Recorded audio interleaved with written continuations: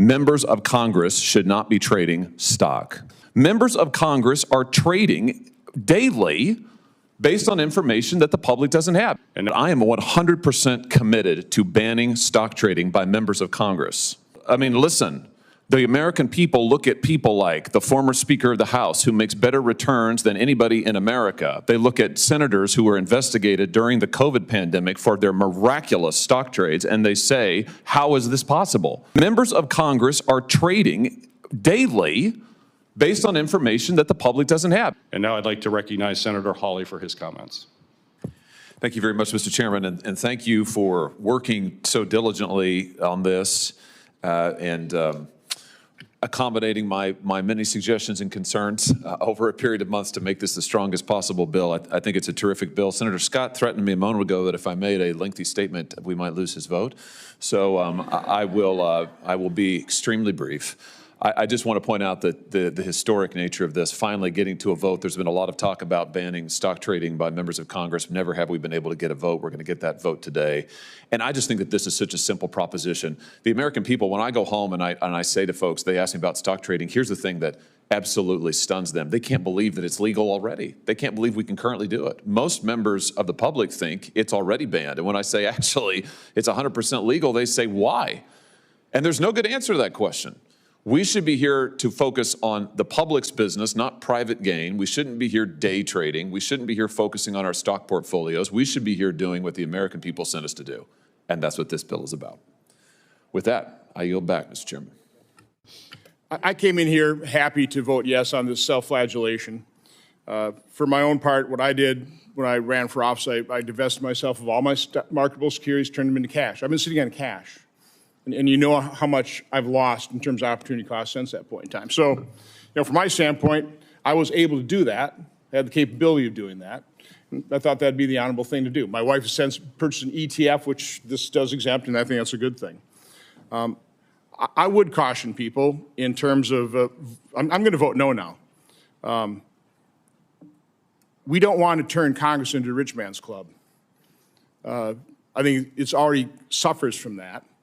And again, I thought also, and I would want clarifications, mainly the reason I'm asking this, is are private businesses exempt or not exempt from this? I was told, again, it's hard to interpret legislative language, but if, I had a rather large manufacturing company, which I did not divest myself immediately, I since have, but that would be grotesquely unfair.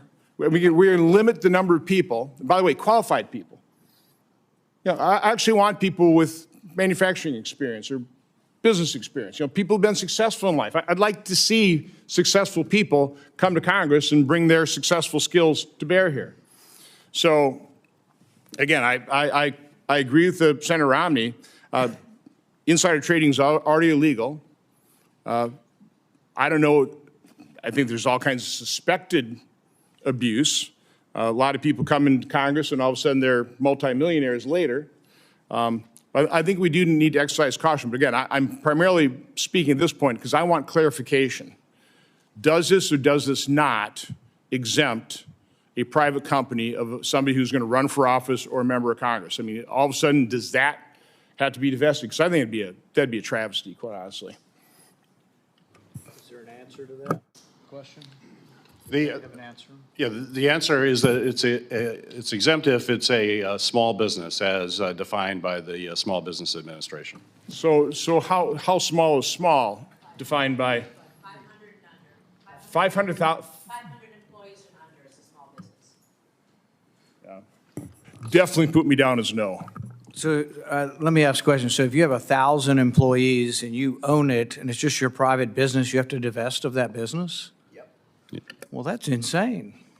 Yeah. I mean, who would want to do that? I mean, farms, family businesses have been going on for generations that they keep together, and sometimes families divide it by shares. We're going to make people divest of those privately owned businesses, and we think that's a good idea?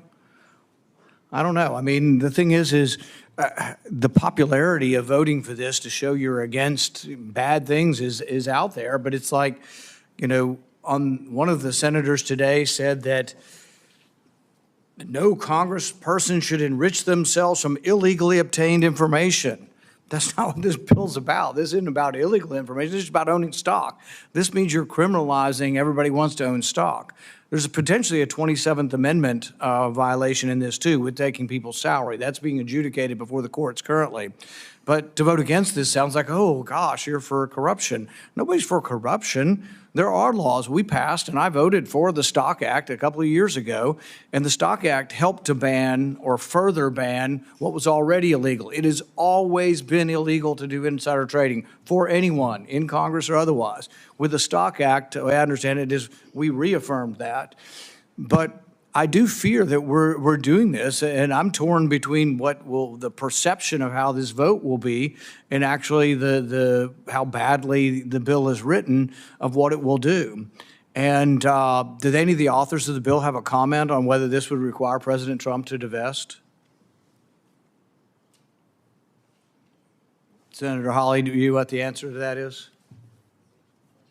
Divest from what? Stocks. I don't know what the state of the president's, the former president's current portfolio is. Whoever is elected president would have multiple years to comply. But I do know there's always an excuse for why we can't do a stock trade bill. I've heard this for years. And now we're being told, oh, this was drafted hastily. That's just simply false. I mean, we've worked on this for literally years. So I would just welcome those who now suddenly have concerns. Where have you been for the last few years? And listen, I'm happy to work with you as this moves to the floor. We can always do a substitute amendment. That's fine. But I am 100% committed to banning stock trading by members of Congress. So I'm not going to be dissuaded from that one way or another. And we can throw up as much chaff as you want to. But the fact of the matter is, members of Congress should not be trading stock. They should not be.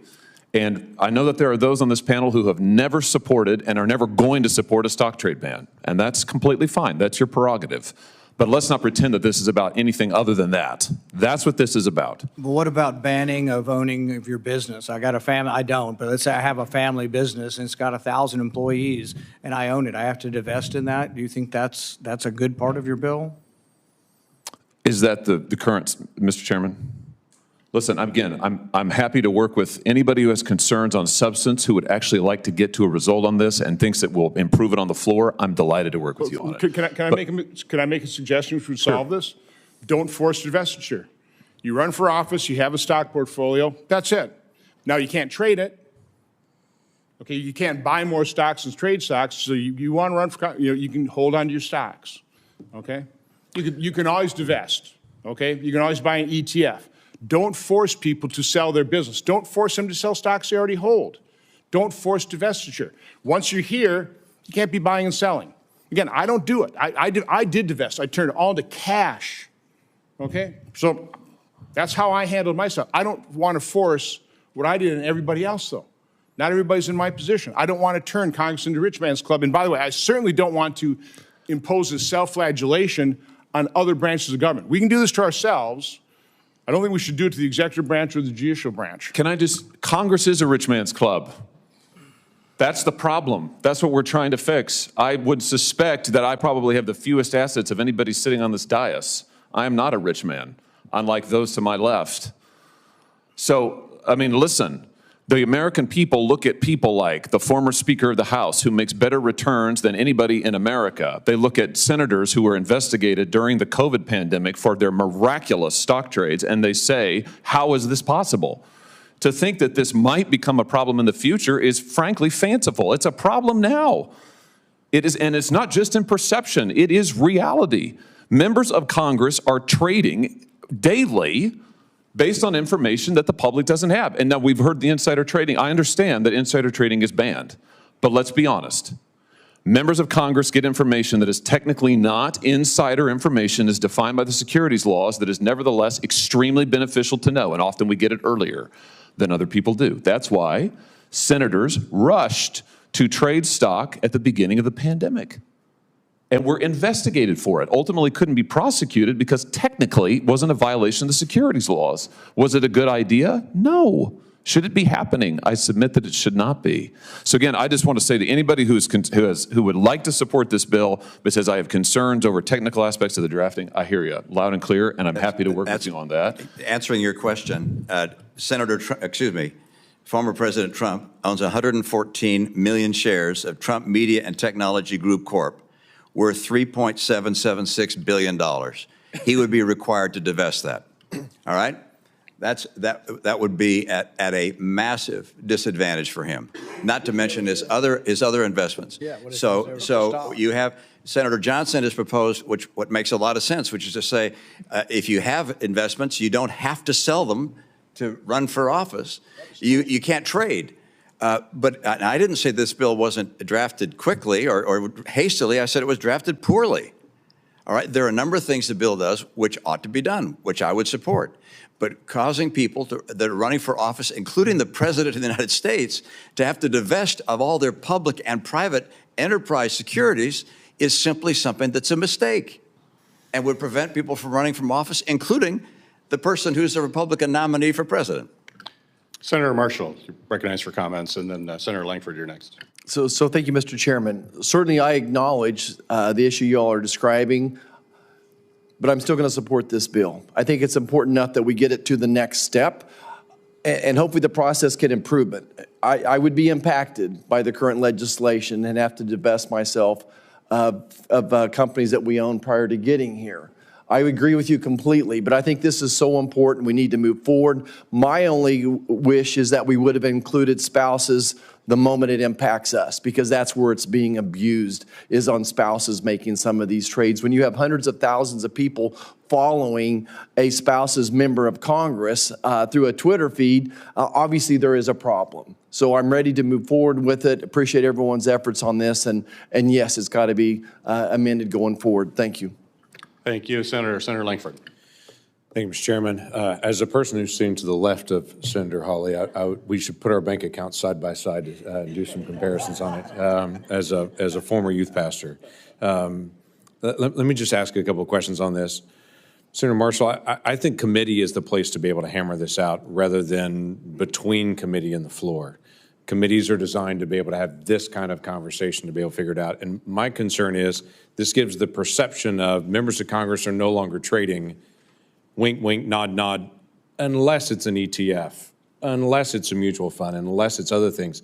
So you can't trade Apple or Microsoft stock, but you could trade QQQ, which has a huge percentage in those, and basically do the same thing. That's allowed in this bill. And so if we're going to try to give the perception that this is blocking members of Congress from owning or trading stocks, but ignore this other part of the market where they're still able to play in the market in that area, I just think it's just not being consistent for us. That if we're going to say we're out of the market, then we're out of the market. If we're not, then let's find a way to manage this. The Stock Act, when we passed that, and I'm one of those that voted for it as well, the Stock Act said it's already illegal to be able to trade stocks with insider information. And to make sure that there's maximum amount of enforcement and transparency, everybody's got to disclose every transaction that you have over $1,000. It's all got to be out there in the public eye, and it's got to be immediate. And there is accountability on that. I would tell you, as a member of the Ethics Committee, we do get contacts from folks saying, there was this trade that happened, I saw it, I tracked it, they were in this committee at this time, they were in this meeting. So some of that dialogue does happen behind the scenes to be able to go through all that. It also, this bill would say that I couldn't own or trade stocks, but my chief of staff who set up the meeting, who actually met with those people first, now they could. The legislative person that sat in the meeting with me, when that inside conversation happened, they could trade on stocks, in fact, on that stock, but I couldn't. So it creates this very interesting who's actually engaged in actually more inside information than us is our staff. And our staff are all exempted from this bill, saying they have access to all that information, but members of Congress actually cannot. And actually college-age kids are also exempt from this. So a dependent child of a member of Congress, they can't trade on the stock. But if they're 19, they could. And the whole issue of crypto that's come up, we haven't discussed here, but my understanding is this also would preclude a member of Congress from owning cryptocurrency as well. And that's a big conversation as well on the whole digital side of things that we haven't had discussion on. My issue is not this topic. I don't want anyone to be able to trade on inside information, which is already illegal. And I don't want to even create that perception of trading on that. But again, this is not trading, this is owning. And this has a lot of exceptions that are built into it that gives the perception of saying we're not involved in the market when we really are involved in the market, just in other places in the market. And oh, by the way, our staff's still involved in all that, but we're not. It just begs some questions that I think need to be answered. And I think the right place to answer it is in committee, to be able to argue through this and to be able to figure out what's the best way to write it and do it, rather than hoping it gets better when it gets to the floor. Senator Scott. So I'm similar to Senator Johnson. I sold my operating businesses, and many of them had more than 1,000 employees before I ran for the Senate. So, but it does make sense. I don't know, we don't want people to do any insider trading, but is there ability to amend the bill now to just say that it's not going to apply to what you own when you come into the Senate or whatever job there is? Because that might alleviate a lot of the concerns.